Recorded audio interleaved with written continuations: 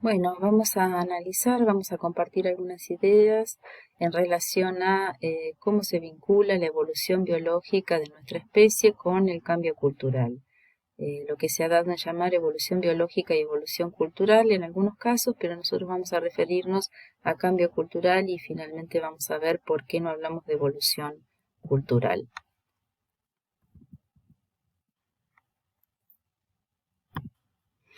Acerca de esta tensión entre biología y cultura en la evolución humana, Jan Tattersall, un importante paleoantropólogo, ha planteado como ilustrativas dos posturas extremas que nos permiten para pensar esta cuestión. En su libro Los mitos de la evolución humana, que es muy recomendable leer.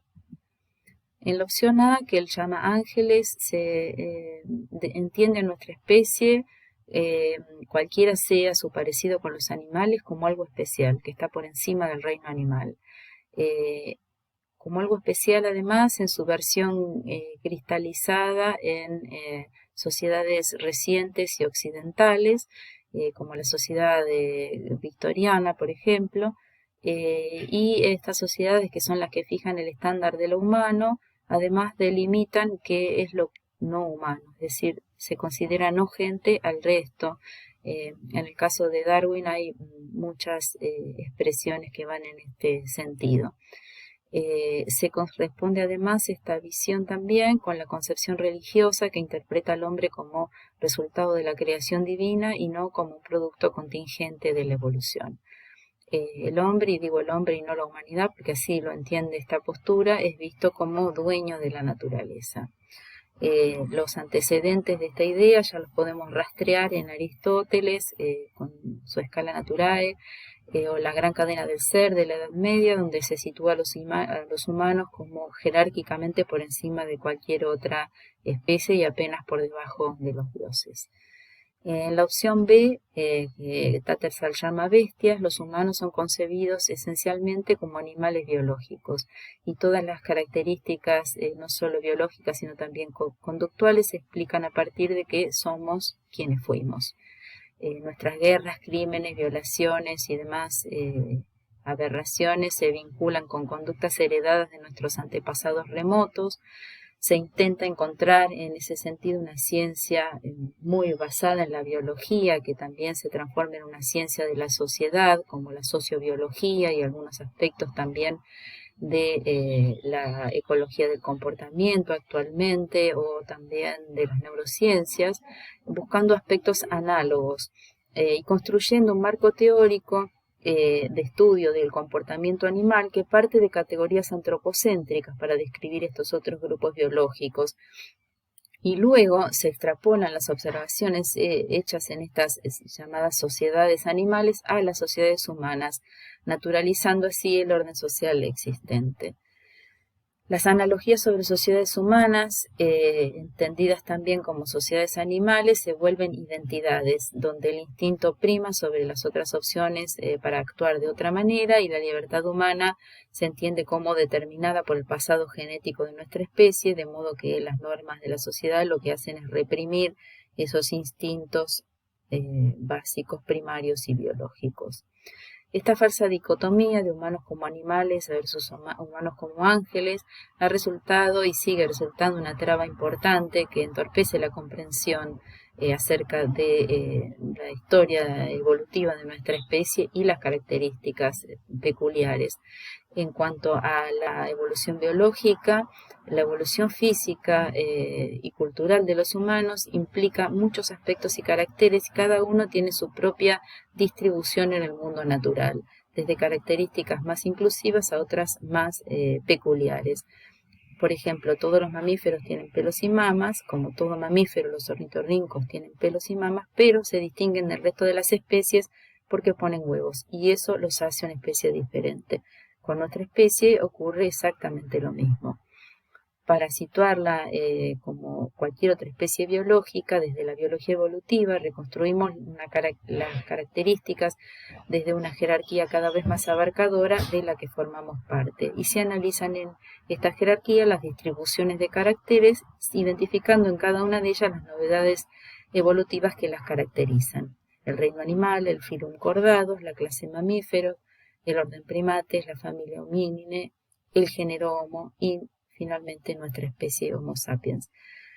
Cada uno de estos grupos con sus peculiares características que incluyen a todos los demás, llegando al nivel de especie con características que son únicas de nuestra especie, como en el caso de cualquier otra especie. Así, con esta lógica nos situamos como parte de la vida, como resultado de la evolución biológica, y al vernos en ese contexto ensanchado de la vida como un todo, adquirimos una perspectiva saludable de nuestro lugar en el mundo natural y vamos a ver especialmente esto, por qué lo llamamos saludable. Y aquí vamos a hacer un paréntesis para señalar que en muchos casos el 1% de diferencia o 1-2% que nos distingue de los grandes simios africanos muchas veces es planteado como algo sorprendente por su pequeñez. Sin embargo, si se toma en cuenta el conjunto de la diversidad biológica y de esa trama de la que formamos parte, con todas sus variantes tan diferentes, el 1 o 2% resulta algo no menor. Para seguir pensando, planteamos cómo pensar este problema de la evolución biológica y reafirmamos que, como cualquier otra especie, somos una combinación de características compartidas con otras, pero de algunas que son exclusivamente nuestras. Compartimos con algunos de nuestros rasgos, la mayoría físicos, unos pocos de conducta con otras especies.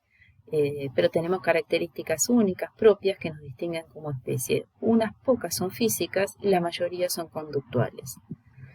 Tenemos muchas características en común y algunas cosas muy peculiares. Y en ese sentido, la biología puede dar cuenta de todos nuestros patrones de evolución biológica, que comprenden los rasgos anatómicos, los rasgos fisiológicos y algunos pocos rasgos conductuales básicos. Es decir, la biología como disciplina científica puede explicar todas estas características, pero tiene límites en cuanto a algunas características nuestras que son propias. Por ejemplo, los complejos comportamientos de los humanos, y así como las peculiaridades de sus sociedades, solo pueden ser comprendidos empleando marcos conceptuales teóricos específicos. Marcos de la sociología, la antropología social, la psicología, la historia, las ciencias políticas y económicas, la filosofía, el arte, etc. Los patrones, además de cambio biológico y cambio cultural, son diferentes porque los mecanismos son diferentes. En el caso del cambio biológico, la herencia es vertical, de padres a hijos, es una herencia genética que se transmite de generación en generación. En el cambio cultural, esto también interviene, pero a su vez hay otros mecanismos mucho más potentes, como son la transmisión de uno a muchos, como estamos haciendo ahora, como hacemos en la educación, muchas veces en la política, o de muchos a uno, como es el caso de los mandatos de la sociedad que influyen en cada uno de nosotros. Tenemos un lenguaje complejo, único, articulado, simbólico. Hacemos arte como ninguna otra especie lo hace y podemos estudiarnos a nosotros mismos, que es algo verdaderamente complejo y controvertido, pero tenemos que tener en cuenta que esa capacidad tan particular no es menor y esta discusión que estamos teniendo ahora es significativa porque ese privilegio de entender a nuestra especie y su lugar en la naturaleza es también una gran responsabilidad. Estamos cursando una crisis planetaria de dimensiones únicas, más profundas que ninguna otra que hemos conocido. Gran parte de los sistemas, de los ecosistemas se encuentran en peligro de extinción. La biodiversidad, está siendo diezmada, reducida a una tasa más alta que ninguna otra conocida. Estamos cursando la 6ª extinción masiva. Y esta destrucción de la biodiversidad tiene que ver sobre todo con la destrucción masiva de ambientes, que en muchos casos se vincula con la extensión de la frontera agropecuaria y otras actividades extractivas, como hemos visto en bloques anteriores. Y eso tiene que ver con esta concepción del discurso acerca de ello, tiene que ver en muchos casos con la concepción que nos sitúa como por encima de cualquier otra especie, como dueños de la naturaleza. siendo nuestro lugar en el árbol de la vida, como hemos visto y como sabemos muy bien, como parte de esa trama que nos produce, que nos sostiene. Y en ese sentido, siendo nosotros la única especie globalmente integrada capaz de independizarnos de la productividad de los ecosistemas a partir de nuestros sistemas productivos, lo cual modifica nuestra relación con el medio natural, ha hecho invisible nuestra pertenencia al mundo natural. Pero aunque se haya hecho invisible, seguimos siendo parte de ese mundo y dependemos de ello. Y en ese sentido, el deterioro de la trama que nos sostiene puede convertirnos en una de sus víctimas. ¿Se puede revertir esta situación? Bueno, algunos autores consideran que ya es tarde, que ese punto de inflexión ya pasó, que no es reversible la sexta extinción masiva. Pero bueno, otros enfatizan la idea de que puede limitarse el ritmo de esa extinción diseñando políticas que minimicen el deterioro del ecosistema global, transformando nuestras maneras de producir y consumir.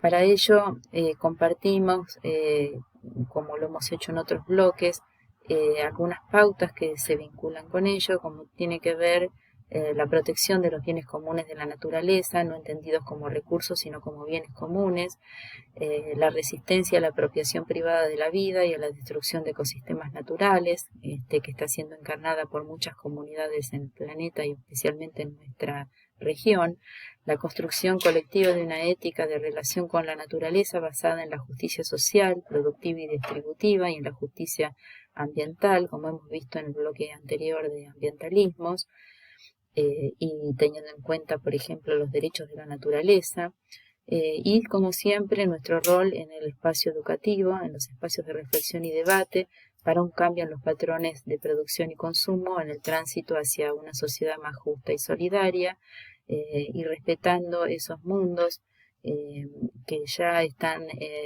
instalando o instalados desde hace tiempo en una manera diferente de vincularse con la naturaleza y que el sistema hegemónico apunta a arrasar, esa construcción de un mundo donde quepan otros mundos que a su vez son faros frente a esta crisis.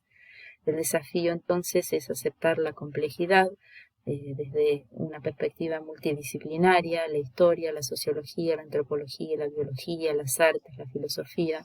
Para conocernos es necesario considerar conjuntamente y articular todas estas dimensiones de la condición humana y sus complejas interrelaciones, y tener en cuenta además de la interdisciplina los saberes populares y tradicionales, y llevar a cabo estas discusiones en todos los espacios donde sea posible para preservar, para transformar, para comenzar a transitar un camino diferente, con mayor lucidez, solidaridad y confianza en un futuro posible.